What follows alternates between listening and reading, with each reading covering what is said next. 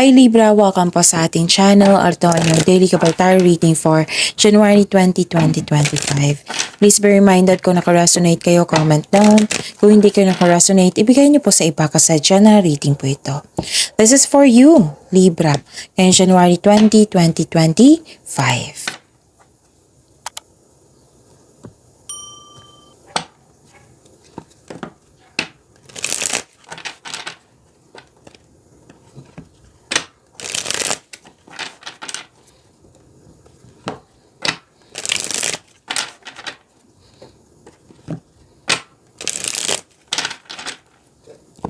Para po ito sa inyo, Libra, ngayong January 20, 2025. Okay. Maraming salamat po sa inyong patuloy na suporta at maraming salamat din po sa mga hindi nag-skip ng ads. Gamitin ang reading na ito bilang gabay lamang sa mga hindi pa nag-subscribe.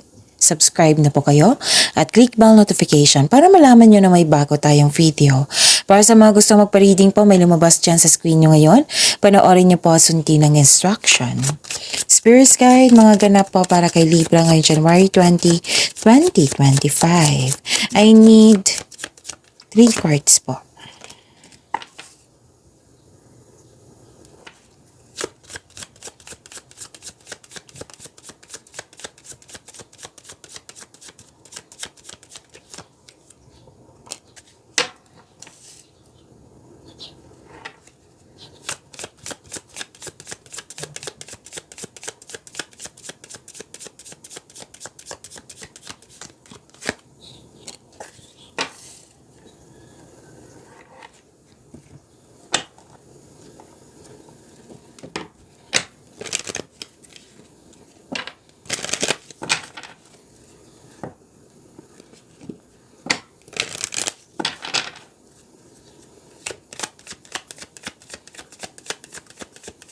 Spirit Guide, mga mensahe po para kay Libra ngayong January 20, 2025. I need 2 cards po.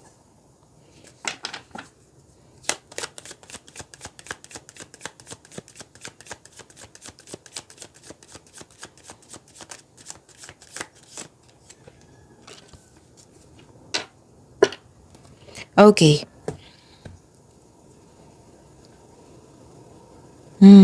Libra, ngayon January 20, 2025. May nakita ko ditong isang babae na malaki ang influence niya sa araw na ito. Pwedeng siya yung nagbigay ng happiness sa iyo or sakit ng ulo. Nakita ko dito na may concern ka sa isang tao na mahirap kausap or sobrang stricto. Pwedeng ganun or nagkaroon kayo ng loss of connection nito, tampuhan ba or separasyon. Pwede din na may tuto sa inyong desisyon. Pwede din nagkaroon ng hesitation to take an action. Tapos pwede din, kaya nga nagkaroon ng delay. Pwede din delay sa hinihintay nyo. Okay? Nakita ko dito yung worried ka. And wow, this is prosperity. May parating po na malaking pera po. Okay? May parating na malaking pera which is pwede din transaction to, maraming transaction, cash flow, nakikita ko dito, prosperity, so claim nyo to Libra. Nakikita ko dito na parating ito or may dumating na opportunity na makapagbigay sa iyo ng financial stability. So claim this prosperity po, itong malaking pera na maaring expected nyo po ito. Okay? And the end of a tough cycle approaches. So ito yung pagtatapos ng isang mapait na sinapit. At least okay na end na. Papasok na kayo sa new beginning. So don't let your past hold you back. Okay, so let go na sa mga hindi mo makontrol, let go na sa old emotions mo. Spirit Guide, ano po yung energy ni Libra ngayong January 20, 2025?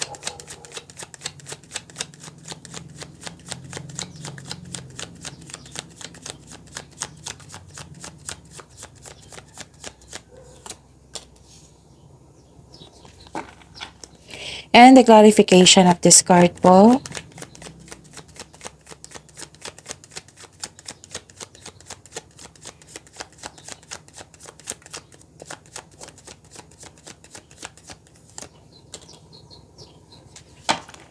Okay. Kung may narinig kayo or may nakita kayong repeating message, meaning to say, pinupush ng cards nyo yan kasi ang ilan sa inyo hindi pa binigyan ng attention.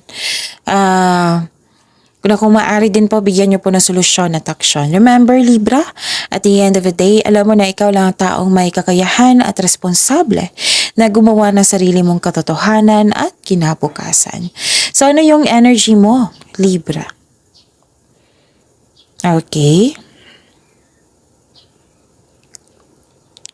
Nakikita ko dito na nagkaroon ng pressured ka, exhausted. May ganap dito na ayaw mong tapusin yung trabaho o relasyon. Pero doon pinipressure mo yung sarili mo para magtagumpay or naging perfectionist ka, kaya ka na burnout. Para maiwasan po ito, subukan kunin mo lamang kung ano ang maari mong kunin. Huwag maniwala agad sa chismis, alamin niyo muna kung totoo ba yan or hindi. Lumabas din ito sa inyo the other day kung hindi ako nagkakamali. Basta may ganap na intriga dito at naniwala ka kaagad. So ang advice ng card dito, alamin niyo muna kung totoo ba yan or hindi. Kasi sayang naman, at the end of the day, hindi pala totoo, di ba? So i-check niyo muna. Mag-ingat din kayo sa taong maluloko. Halos araw-araw na to, Libras. It might be iniisip mo siya, pwede din kasama mo siya. So mag-ingat kayo sa taong maluloko, ha? Huwag niyo i-pressure yung sarili niyo kasi mababurnout kayo niyan. Exhausted kayo eh. Madidrain yung energy niyo niyan. So, take care of yourself, Libra, okay? And nakita ko rin dito na nagkaroon po ng hindi pagkakasundo sa isang tao. So, dalawang card na nagsabi dito at isang card na nagsabi dito. Kasi may nakita kong hindi nagkasundo, pwede din delay or obstacle. Diba? Kasi may tutol. Diba? Sa kanina, pwede din na hindi ka kontento sa sitwasyon mo.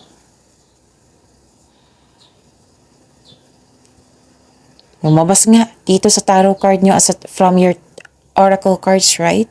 Na may sabi ako kanina na may loss of connection or mahirap kausap na isang tao or sobrang stricto. Andito rin siya sa tarot card nyo. Disconnection nakikita ko dito. Pwedeng tampuhan, pwedeng loss of connection, pwedeng naghiwalay, pwedeng naalala nyo to or mangyayari pa lang. Pero may opportunity ka to turn this situation around. Maging mapagpasensya kayo at listen to your heart to get back on track. Okay? Spirits Guide, Career and Money po ni Libra ngayong January 20, 2025.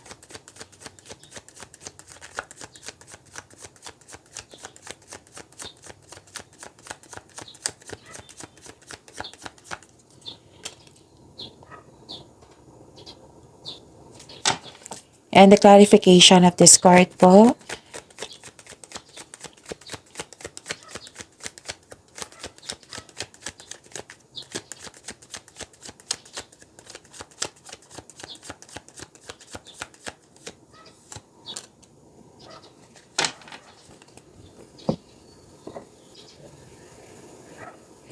Nakikita ko dito na nagkaroon po ng concern sa materialistic na tao. Okay?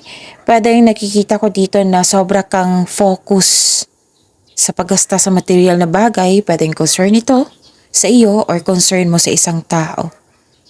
May nakita ko selos dito or insecurity. Nagkaroon ng sobrang focus sa wealth and possession. Pwede din nagkaroon ng yung concern sa hindi marunong mag-handle ng money.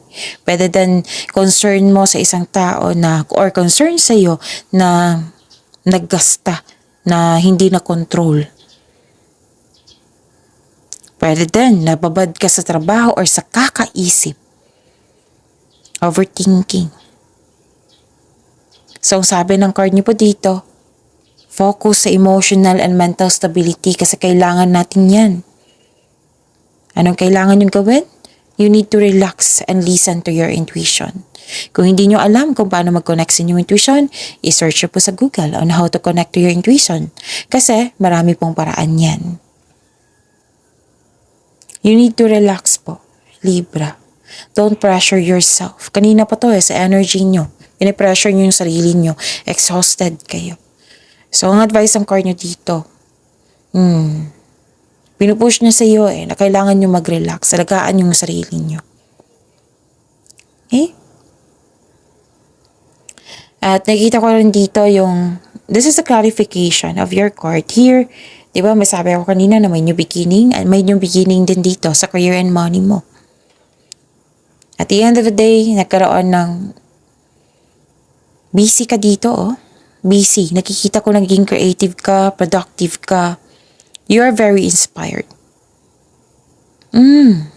May barating na very exciting opportunity or chances upang palawakin yung trabaho mo or negosyo man. Or magsimula ka sa bagong pagsisikap. Kasi pagbabago bago. So, nakikita ko yung sipag mo dito. At very creative ka sa iyong negosyo, sa inyong trabaho. Dahil dito, mapapansin ka ng mga tao. Pwedeng sa customer mo, kliyente, sa mga kasamahan mo dyan. Ang sabi ng card niyo po dito, soon, Libra, magbubunga ang inyong pagsisikap. At dahil sa achievement na ito, magkakaroon ng financial growth and stability. Isang importanteng simulain po, pagsasapalaran, pagpaplano. Posibleng may parating na chances, opportunity na you are very excited kasi naka-align to sa passion mo. Nagdadala ito ng inspirasyon na, naging inspired ka kasi naka-align to sa passion mo alignment. Pwede yung bagong proyekto ito, or may paglalakbay, pagsisimula ng isang koneksyon sa isang tao, pagsisimula ng isang negosyo, pagsisimula sa trabaho.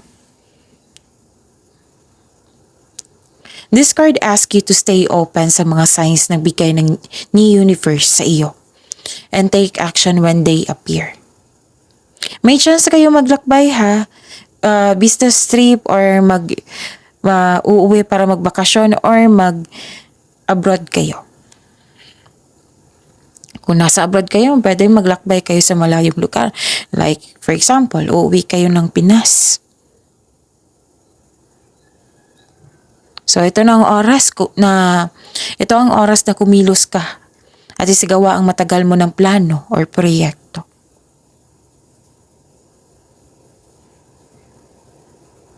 Okay? Spirit's Guide, Love Life, Self-Love, Partnership, and Romance ni Libra ngayong January 20, 2025.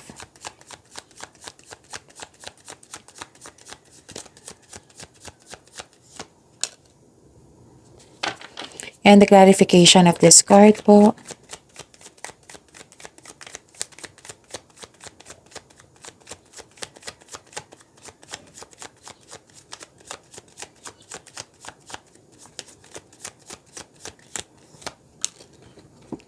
Maraming salamat po sa inyong suporta, sa patuloy na nagbigay ng tiwala sa ating channel. At maraming salamat din po sa mga hindi nag-skip ng ads.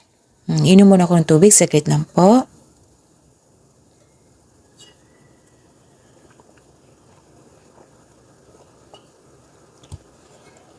Okay. Guarded ka dito, Libra. Sabi mo dito, ayaw ko na masaktan. Mag-iingat na ako. Naging wiser ka at the same time, Libra. Ang heartbreak okay. What I meant is guarded ka. Ayaw mo nang masaktan. Binabalanse mo yung sitwasyon para hindi na maulit yung pagkakamali mo dati. Defensive ka, naging guarded ka. May ilan nga sa inyo dito, mga single na ayaw nyo munang makipagrelasyon. Gusto nyo tutukan nyo yung sarili nyo. Para sa mga may relasyon sa buhay mag-asawa, umiiwas kayo ng away or confrontation para hindi ka or kayo masaktan. Kumbaga, nililimitahan mo ang sarili mo. So this card asks you to try to release your fears of opening up to love. Pinoprotektahan mo yung sarili mo na hindi masaktan ulit.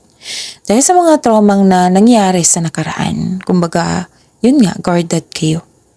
Kalma ka pero nakikinig ka sa iyong paligid. Nagbabalansa din sa choices sa buhay. Nag-iisip ka muna bago magdesisyon para hindi na maulit yung pagkakamali yun dati. Okay? Puno ang isipan mo.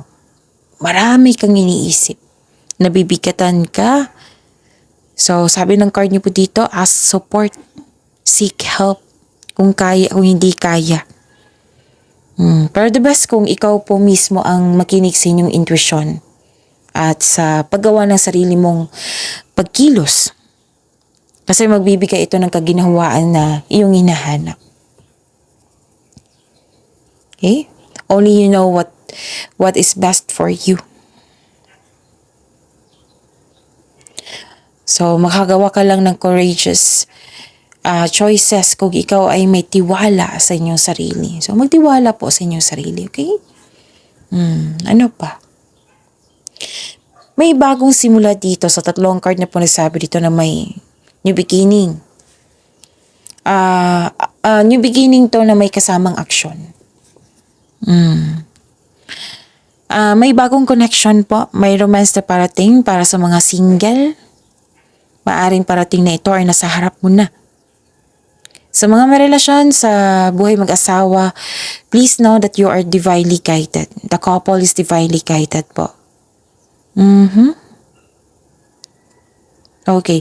Maaring may may namumuong romance dyan sa workplace mo. Maari ha. Basta may parating sa inyo. Parating na love or maniligaw. Okay?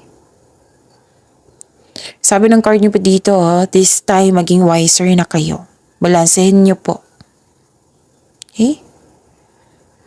This is also means choosing relationship with mutual respect and healthy communication. It will lead you to the highest expression of love you seek.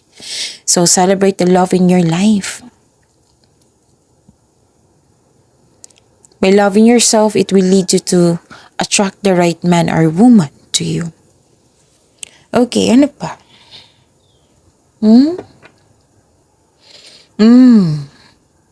Nag-clarify dito, Para sa mga single dito, may parating talaga na ideal partner mo. So at least, ano to ha? Wow, this is ideal Ideal mo to na parating sa iyo.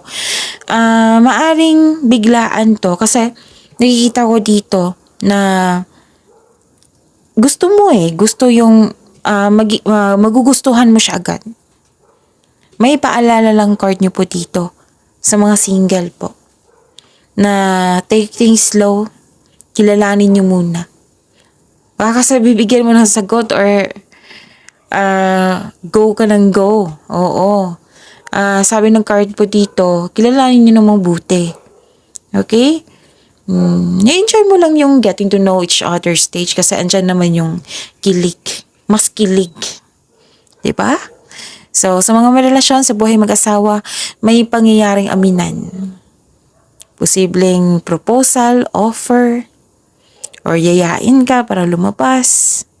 Basta may offer siya. And nakita ko dito, good news is on the way. Pero dahil may bago kayong pet or bagong gamit sa bahay, bagong kasamahan, na naging inspired ka. Okay?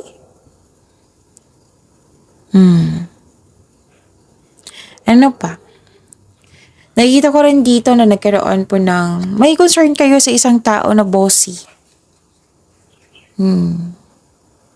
Or hindi ka satisfied sa completion ng project mo. At huwag nyo daw masyadong gastahin yung biyayang natanggap nyo po. Kung i-consider mo yung biyayang natanggap, i-celebrate nyo po by expressing gratitude and generosity. Yan yung paalala ng card nyo po dito. So, yun. Pagyamanin nyo po yung blessings na binigay sa inyo, Libra. See you tomorrow.